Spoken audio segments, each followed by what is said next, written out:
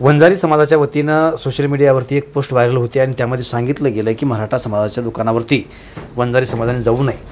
त्या पार्श्वभूमीवरती जरांगे पाटील यांनी आपले विचार मांडले। काय म्हणाले पाहू। वंजारी समाजाकडून कीर्तनाला बोलवलं जाणार नाही मराठा समाजाचे, असंही बोललं जातं। आता संताची भूमी म्हणजे बीड जिल्हा, आमच्या बीड जिल्ह्यात असं कधी झालं नाही, आमच्या महाराष्ट्रात कधी झालं नाही। विचार शेवटी नावेलाच त्याला, आमचे विचार ते नाही। आम्ही कधीच म्हणणार नाही ओबीसीच्या दुकानावर जाऊ नका, वंजारीच्या दुकानावर जाऊ नका, कधीच म्हणणार नाहीत आम्ही। असे इतक्या खालच्या दर्जाचे विचार आम्ही ठेवणारच नाही, कधीच नाही ठेवणार। इतका जातीय तेढ निर्माण व्हायला काय झालं? एवढा जातीय तेढ निर्माण करायला तुम्हाला एवढं काय झालं? म्हणजे 13 तारखेपर्यंत मराठी चांगली होती, 13 तारीख संपली की मराठी वाईट झाली। मराठ्याने तुमचं काम नाही केलं, याच्यासाठी काम केलंय का? महाराष्ट्रातले कोणता ओबीसीचा उमेदवार उभा असू द्या, मराठीने काम नाही केलं।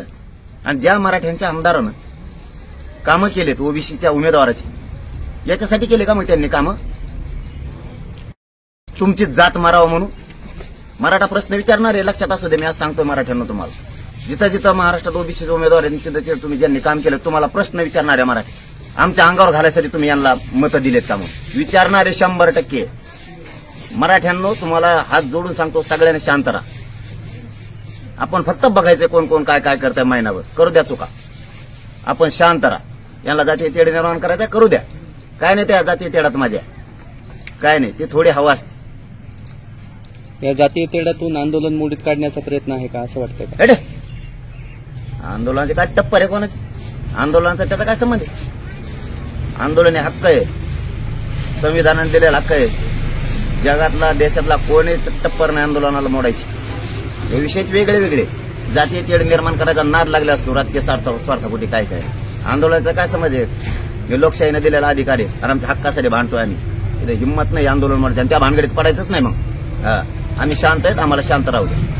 जातीय तेढ निर्माण होऊ नये, बीड जिल्ह्यातल्या सगळ्या मराठ्यांना आव्हान आणि सगळ्या बहुजनांना आव्हान। काय मजा नाहीये त्याच्यात, झालं गेलं, सगळ्यांच्या पाया पडले, त्यांचं काम होईपर्यंत। आता पुन्हा त्यांनी सुरू केले। शेवटी एकच पर्याय आहे, अन्याय बंद करायचा असेल तर आपल्याला सत्य जावं लागणार आहे। ही एक मार्ग लक्षात राहू द्या। आणि दुसरा मार्ग शांत राहा। तिसरा मार्ग, ज्या जातीनं मराठ्यावर अन्याय केला त्या जातीचा उमेदवाराच्या विरोधात उमेदवार द्यायचा नाही, पण त्याला नाव घेऊन पाडल्याशिवाय मग सोडायचा, जर यांनी जातीवाद थांबवला नाही तर। कारण आपल्या पुढं पर्याय नाही, दुसरा पर्याय नाही, त्याला मग पाडावं लागणार आहे। कारण विधानसभा जवळ झालं तुमचं, लोकसभेला तुम्ही घेतला साधून, आता तुम्हाला वाटलं लोकसभा झाली की संपला विषय, आल्या विधानसभा की 2-4 महिने तुमचे माणसं कुठं तर उभं राहणार आहेत महाराष्ट्रात।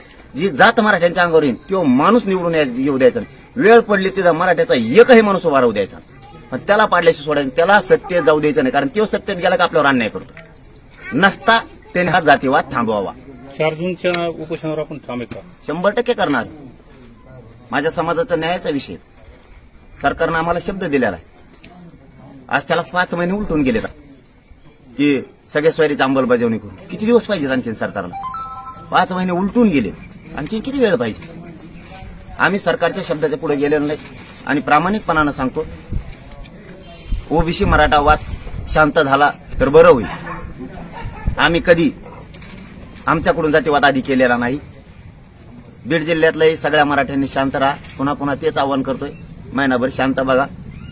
याच्यावरती आता शंभूराज देसाई साहेब, सुधीर भाऊ मुनगंटीवार म्हणतायत की जातीवाद होत नाही। आता त्यांनी बघावं जातीवाद कोण करतंय।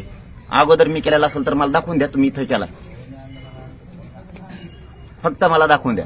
आम्ही जरी बोललो तरी सरकार म्हणून बोललेलो, त्यांना वैयक्तिक माणूस म्हणून बोललेलो नाही। फडणवीस साहेब आमचे शत्रू नाहीयेत, परंतु तुम्ही आरक्षण देणार नसाल तर सत्तेत तुम्ही येत, आम्हाला तुम्हाला बोलावंच लागणार आहे। मी आरक्षण घेतल्याशिवाय कोणालाही सुट्टी देणार नाही। 4 जूनला मी आमरण उपोषण करणार म्हणजे करणार।